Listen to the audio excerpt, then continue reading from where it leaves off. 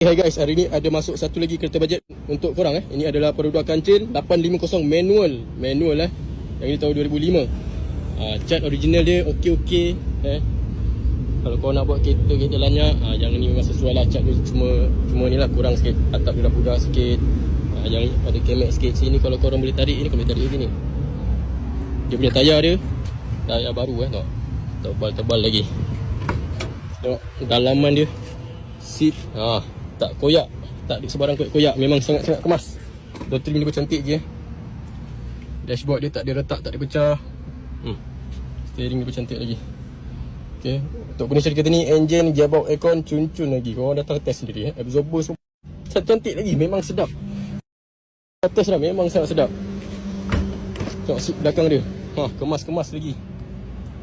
Tak ada sebarang koyak-koyak Atap pun bersih. Okay. So Kancil ni korang semua pun tahulah, jimat minyak, spare part murah, senang nak dapat Nak buat kereta lenjan boleh, nak buat kereta pergi pasar, pergi surau, memang sangat sesuai